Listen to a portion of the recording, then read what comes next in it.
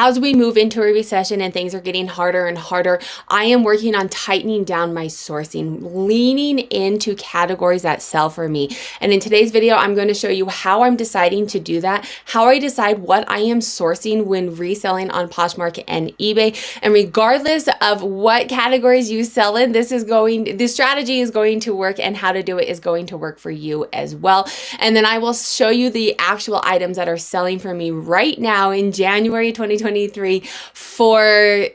that are aiding to these categories. Hey friends, if I am speaking too quickly for you, do feel free to slow me down. You can click up here on your YouTube screen, scroll all the way down to playback speed, and put me on the speed that is most comfortable for you. Now let's get back to it. So of course, friends, we are going to start looking at my data. This is the Sarah Styles. This isn't anything. You guys aren't looking at anything. Here we go. This is the Sarah Styles Sales and Trends dashboard. If you're new to the channel, this is one of the mini charts in the Sarah Styles Sales and Trends dashboard. It is linked down below. It's a Google Sheet. It's a one-time purchase. You have access to all this information for your categories amongst many, many other charts that I have in lots of my other videos. I'll link a playlist up here. Today's video, I'm looking at my categories. I am leaning into my best performing categories when I am outsourcing right now, as things are getting harder and harder. I'll link videos up here about, some tips that I have as we go into the recession, friends. It's going to get harder.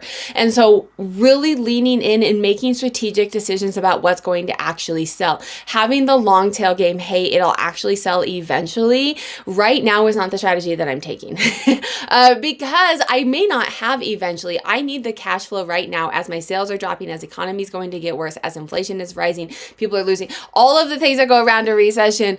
As that happens, I don't have the long tail wait for it to sell, likely higher price items. So what we're looking at in this chart, these are my top 20 gross revenue performing profit. These are profit. Sorry, I have a gross right above. These are profits. So this is just taking my gross, how much it sold for, and taking out my cost of goods. So just considering my cost of goods. You have your sell-through rate. So if you're new to the channel, you need a little refresher. Your sell-through rate is how many items you've sold out of how many that were for sale in the time period that we're looking at. It is a percentage. So it tells me how well these categories are performing, what rate they are selling at. The higher the rate, the better. Right? If you had 100 items and you sold 100 of them, you have 100% sell-through rate. That's a category you want to lean into. If you have 100 items and you only sold 10 of them, that's a 10% sell-through rate. Right? So it depends on your categories, and that's why we look at a rate instead of, hey, I sold 50 of them. Well, if you sold 50 items, but you had 1,000 available, that's not a great sell-through rate, depending on the category. Right? So I want to lean into my high sell-through rate categories. This is where I am really leaning into and focusing on when I am outsourcing, especially if I have limited time, when I'm outsourcing or when I'm working with the people that source for me, this is what we should be looking for. The top one is going to be jeans, $21 profit, 12% sell-through rate. Pants, 11% $24 profit, 11% sell-through rate, so 11.5, right?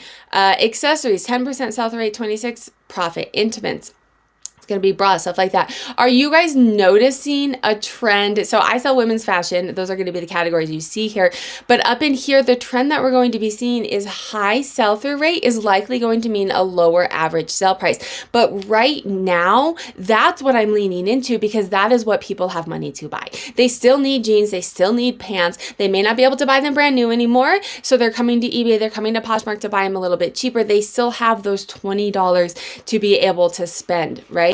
But then you come over here and you look, lower sell-through rate, 8% sell-through rate for my highest profit category. Now, I will still pick up bags, because for a $55 profit, can't really say no to that, but they are not going to be the first place that I go, and I'm going to be very much niche down and really specific in what I'm picking up. And then the next one you have over here is jackets and coats. Now I'm trying a new category within this category, so stay tuned to see what's selling for me. So far, it seems to be doing really well for me. Let's look at the actual items that are selling in these categories. All right, so the first is going to be Paige jeans. Nothing overly special. I do want to note bootcut jeans, Y2K. Y2K, if you sell women's fashion, keep an eye out for that. Y2K, 90s, you know, that kind of bootcut, low rise, Christina Aguilera, right? Or the high rise bootcut, super flared is really big too. Straight. You're going to start to notice a trend here, but skinny jeans, yes, they will probably eventually sell. You're going to have people that are like, I'm not getting rid of my skinny jeans. But like I said, if you want to spend your money, you have limited money to spend in the recession. Should you be spending on something that's going to eventually sell, or should you be leaning into these higher sell-through rate categories? In Curry and Elliott, look, we're looking at straight, mid-rise, light jeans. This is an accessory. So right, I'm leaning into the higher sell-through rate, and you're like, oh, Sarah, this sold really, really high, but it sold fast, right? So what I'm noticing is, and let me know if you guys are noticing this as well, the best performing things for me right now are either luxury, right? We were looking at Dolce & Gabbana. People with more money are typically not impacted as much during a recession, especially on the brink of a recession. Some say we're there, some say we're headed that direction. But definitely things are happening in the economy on the downward trend. So, you know, the people that are most impacted are at the very bottom, and then in middle class, and then you have your upper class not as heavily impacted. And you're going to see that in this sale.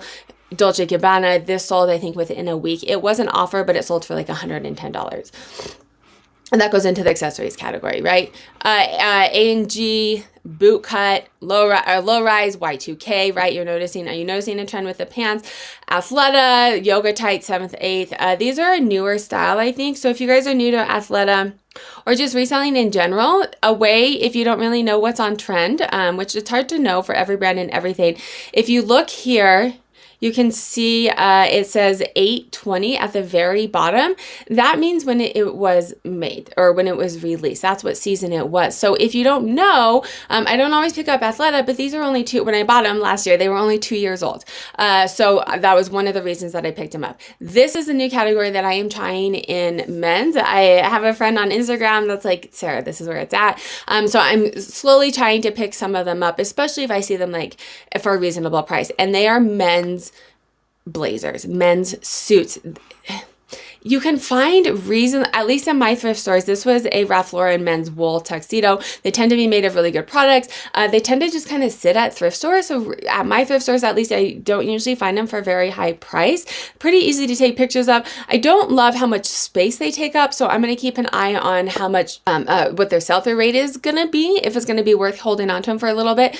But this sold, within a month or two. And I think it was an offer of like, maybe $100. So it was a 50% offer, but this is what's happening right now, friends. I talk about this in some other videos, but it was still $100 that I paid $5 for. So even if it's not what I listed it for, it was still $100.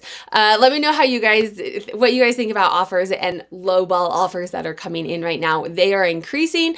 However, my take on lowball offers, real quick side tangent. My take on lowball offers is an item is worth what someone's going to pay for it. So if you are making a profit, especially in these times right now, I would heavily consider taking offers that come in. I keep doing that small. All right, the other thing, so let's look, we're looking at another pair of Athleta. These probably as well were a newer style. Yeah, that says spring of 20. So that's why I picked them up. That's another reason that they're going to sell higher.